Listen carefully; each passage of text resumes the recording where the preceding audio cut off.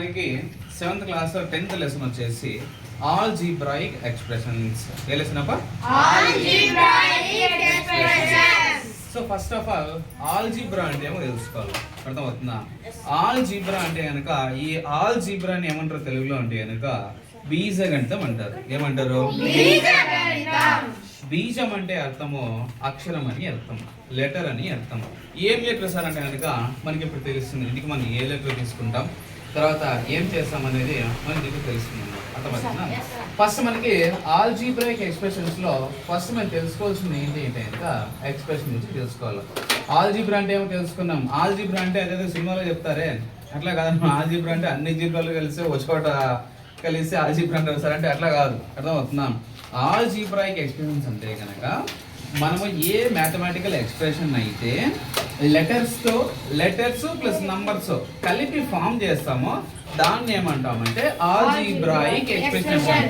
English లో ఉండేటటువంటి ఏబిసిడిల్ని, అదే ఎక్స్ వై ఇచ్చేది మన మ్యాథ్స్లో ఏం తీసుకున్నా సరే ఎక్స్ అనుకోండి అంటాం కదా. సో అలాంటి అక్షరాలను తీసుకొని నంబర్లను తీసుకొని వాటిని కలిపి వాటి యొక్క వాల్యూస్ కనుక్కుంటామంట. అర్థమవుతుందా? వాటి యొక్క వాల్యూస్ కనుక్కుంటాం.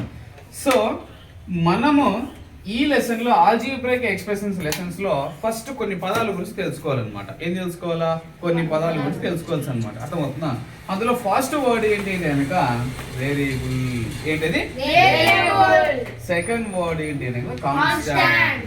మనము ఏబిసిడిలో ఉన్నటువంటి ఎక్స్ వై ఎల్ అట్లాగే ఎమ్ అట్లాగే ఏబిసిడి దగ్గర నుంచి ఏ లెటర్ అయినా సరే మనం ఈ యొక్క ఎక్స్ప్రెషన్ ఫామ్ చేయడానికి వీటిని తీసుకుంటాం అనమాట. అర్థమవుతుందా? వేరియబుల్కి ఫిక్స్డ్ వాల్యూ అనేది ఉండదు అనమాట. అర్థమవుతుందా? వేరియబుల్ అంటే ఆల్జీబ్రాయిక్ ఎక్స్ప్రెషన్ రాయడానికి కొన్ని యొక్క ఇంగ్లీష్ లెటర్స్ని తీసుకుంటాము. వాటిని ఏమంటామంటే వేరియబుల్ అంటాం. వేరియబుల్ ఎందుకు అంటాము అంటే కనుక వాటికి ఫిక్స్డ్ వాల్యూ అనేది ఉండదు. ఓకేనా? సో ఎగ్జాంపుల్ వచ్చేసి X Y L M etcetera, వీటికి ఫిక్స్డ్ వాల్యూ అనేది ఉండదు. నెక్స్ట్ వర్డ్ ఏంటంటే కనుక కాన్స్టాంట్. ఏమంటుంది? దీనికి ఫిక్స్డ్ వాల్యూ ఉంటుంది అనమాట. ఫర్ ఎగ్జాంపుల్ నంబర్స్ అనమాట.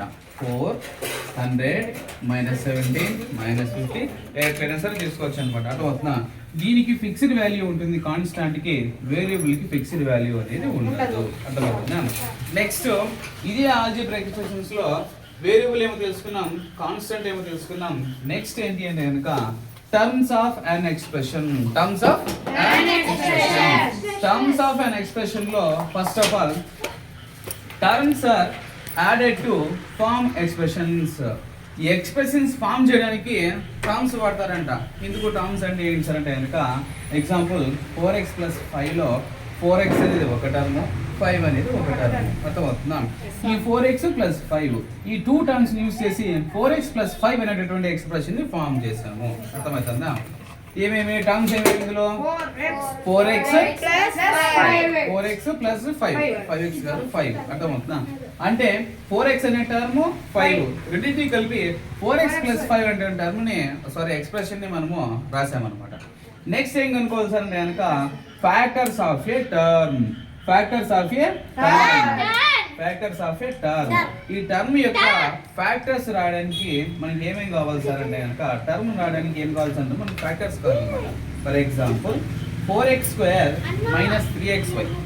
4x² - 3xy. చూడప్ప 4x² లో 4x² అనే టర్మ్ లో 4 అనేది ఒక ఫ్యాక్టర్.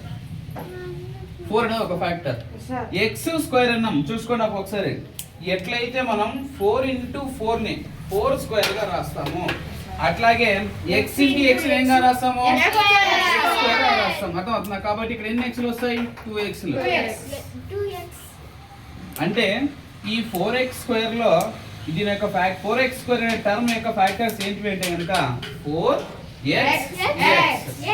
నెక్స్ట్ అలాగే 3xy లో ఉన్నటువంటి టర్మ్స్ ఈ టర్మ్స్ యొక్క ఫ్యాక్టర్స్ చెప్తారా?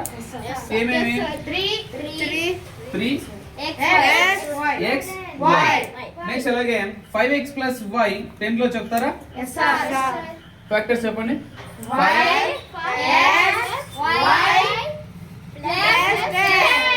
5x y 10. ఈ ఫ్యాక్టర్స్ యూజ్ చేసి ఈ టర్మ్స్ రాస్తాం. ఈ టర్మ్స్ యూజ్ చేసి ఈ ఎక్స్ప్రెషన్ ని రాస్తాం. 5x + 10 ఎక్స్ప్రెషన్ రాస్తాం. బేసిక్గా నేర్చుకోవాల్సింది. ఇంకా మనం ఈ లెసన్లో ఇంకా కొన్ని విషయాలు నేర్చుకోవాలి. అవి ఇప్పుడు జరబోయే క్లాసెస్లో చూసుకుంటూ వద్దాం. ఓకేనా? రైట్.